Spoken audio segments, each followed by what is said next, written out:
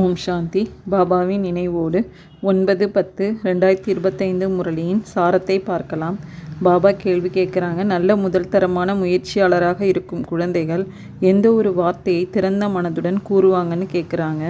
பதில்: பாபா, நாங்கள் pass with honour ஆகி காண்பிப்போம். நீங்கள் கவலையற்று இருங்கள் என்று கூறுவார்கள். அவர்களுடைய பதிவேடு கூட நன்றாக இருக்கும். இப்பொழுது நாங்கள் முயற்சியாளராக உள்ளோம் என்ற இந்த வார்த்தை ஒருபொழுதும் அவர்கள் வாயிலிருந்து வெளிப்படாது. மாயை சிறிதளவும் அசைத்து விடாத அளவிற்கு முயற்சி செய்து அப்பேற்பட்ட மகாவீர் ஆகணும்னு பாபா சொல்லியிருக்காங்க. நெக்ஸ்ட்டு, எந்த உலகத்தில் கவர்ச்சியின் விஷயமே கிடையாதுன்னு பாபா கேட்டிருக்காங்க. அதுக்கான பதில்: யாருக்கு தந்தையிடம் முழுமையான அன்பு உள்ளதோ அவர்களுக்கு மிகுந்த கவர்ச்சி ஏற்படுது. இப்பொழுது ஆத்மா தந்தையை எவ்வாறு சந்திப்பது? சந்திக்க வேண்டி இருப்பது சாகாரத்தில். நிராகார உலகத்திலோ கவர்ச்சியின் விஷயமே கிடையாது. அங்கு எல்லோருமே தூய்மையானவர்களாக இருப்பாங்க. துரு நீக்கப்பட்டு இருக்கும். கவர்ச்சியின் விஷயம்லாம் கிடையாது. அன்பினுடைய விஷயம் இங்கு இருக்குது. அப்பேற்பட்ட பாபாவை ஒரேடியாக பிடித்து கொள்ளணும். பாபா, நீங்களோ அற்புதம் செய்கிறீர்கள். நீங்கள் எங்களுடைய வாழ்க்கையை இதுபோல ஆக்குகின்றீர்கள். அப்படிப்பட்ட அன்பு இருக்க வேண்டும். அன்பு ஏன் இருக்கிறதில்ல? ஏன்னா துரு ஏறி இருக்குது. நினைவு யாத்திரை இல்லாமல் துரு நீங்குவதில்லைன்னு பாபா சொல்லியிருக்காங்க. நெக்ஸ்ட்டு, எந்த விஷயத்தை நாம் தந்தையின் மூலமாக இப்பொழுது தெரிந்திருக்கிறோம் என்று பாபா கூறுவது என்ன? பாபா சொல்கிறாங்க, கர்மம், அகர்மம் மற்றும் விகர்மத்தின் இயக்கத்தை பற்றி கூட தந்தை தான் புரிய வைக்கிறாரு. கீதையில் கூட இருக்குது. ஆனால் அதனுடைய பொருள் கீதையை வாசிப்பவர்களுக்கு தெரியுமா என்ன? சத்யுகத்தில் கர்மம் அகர்மமாகி விடுது. பிறகு ராவண ராஜ்யத்தில் கர்மம் விகர்மமாக ஆரம்பிக்கின்றது என்பதை இப்பொழுது நீங்கள் தந்தை மூலமாக தெரிஞ்சிருக்கிறீங்க. 63 பிறவிகள் நீங்கள் இப்பேற்பட்ட கர்மங்களை செய்தபடியே வந்திருக்கிறீங்க. விகர்மங்களின் சுமை தலைமீது நிறைய இருக்குது. எல்லோருமே பாவாத்மாக்களாக ஆகிவிட்டுள்ளார்கள்னு பாபா சொல்லியிருக்காங்க. நெக்ஸ்ட்டு, சரீரம் விட்ட நல்ல குழந்தைகள் எங்கு பிறவி எடுப்பார்கள் என்பதை பற்றி பாபா கூறும் ரகசியம் என்ன? பாபா சொல்கிறாங்க, நீங்கள் ஒன்றுமே அறியாமல் இருந்தீங்க. சிறிய குழந்தைங்களுக்கு படிப்பு பற்றி என்ன தெரியும்? 5 வயசு ஆன பிறகு படிக்க ஆரம்பிக்கிறாங்க. பிறகு படித்து உயர்ந்த தேர்வில் தேர்ச்சி பெறுவதற்கு அநேக வருடங்கள் பிடிக்குது. நீங்கள் எவ்வளவு சாதாரணமாக இருக்கிறீங்க மற்றும் என்னவாக ஆகுறீங்க? உலகத்தின் அதிபதியாக ஆகுறீங்க. உங்களுக்கு எவ்வளவு அலங்காரம் ஆகும்? வாயில் தங்க கரண்டி. அந்த இடத்திற்கான பாடலும் இருக்கவே இருக்குது. இப்பொழுது கூட யாராவது நல்ல குழந்தைங்க சரீரம் விடுறாங்க என்றால் மிகவும் நல்ல வீட்டில் தான் பிறவி எடுக்கிறாங்க. பிறகு வாயில் தங்க கரண்டி ஆயிடுது. முன்கூட்டியே யாரிடமாவது செல்வார்கள் அல்லவா? நிர்விகாரிடம் முதல்ல ஸ்ரீ கிருஷ்ணர் தான் பிறவி எடுக்க வேண்டியதாக இருக்குது. மற்றபடி யாரெல்லாம் செல்வார்களோ அவர்கள் விகாரியிடம்தான் பிறவி எடுப்பார்கள்.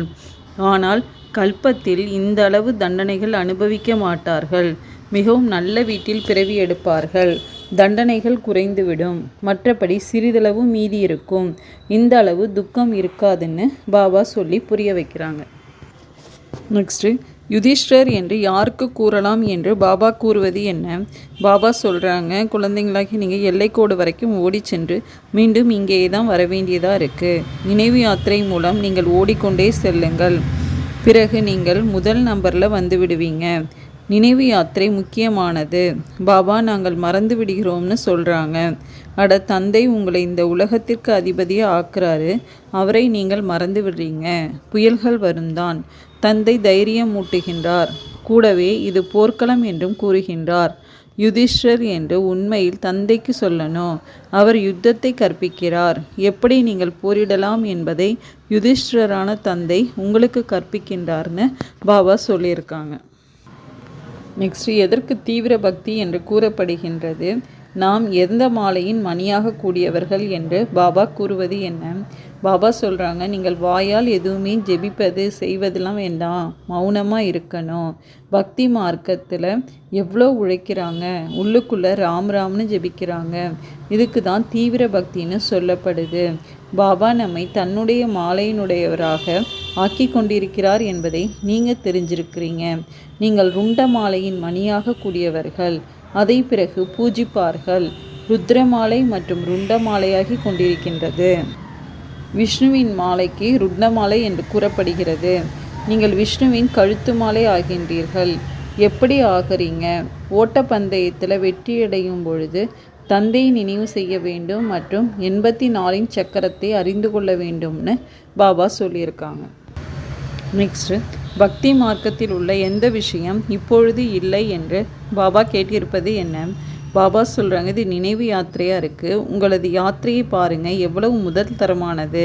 நாம் இவ்வாறு அமர்ந்தபடியே பார்க்கடலில் செல்லுவோம் என்பதை பாபா தெரிஞ்சிருக்கிறாரு. பார்க்கடல் இப்பொழுது இல்லை. யார் குளத்தை அமைத்தார்களோ அவசியம் அதில் அவர்கள் பாலை ஊற்றியிருப்பார்கள். முன்பெல்லாம் பால் மிகவும் மலிவாக இருந்தது. 1 பைசாவிற்கு செம்பு நிரம்ப எடுத்து வருவார்கள். பின் ஏன் குளம் நிரம்பி இருக்காது? இப்பொழுது பால் எங்கே இருக்குது? தண்ணீரே தண்ணீராகி விட்டிருக்கு. பாபா நேபாளத்திலையும் பார்த்துருக்கிறாரு. மிகப்பெரிய விஷ்ணுவின் படம் இருக்குது. கருணீடமாகவே அமைத்திருக்கிறாங்க. இப்பொழுது நீங்கள் நினைவு யாத்திரை மூலமாகவும் மற்றும் சுயதர்ஷன சக்கரத்தை சுற்றுவதாலும் விஷ்ணுபுரிக்கு அதிபதியாக ஆகிறீங்கன்னு பாபா சொல்லியிருக்காங்க.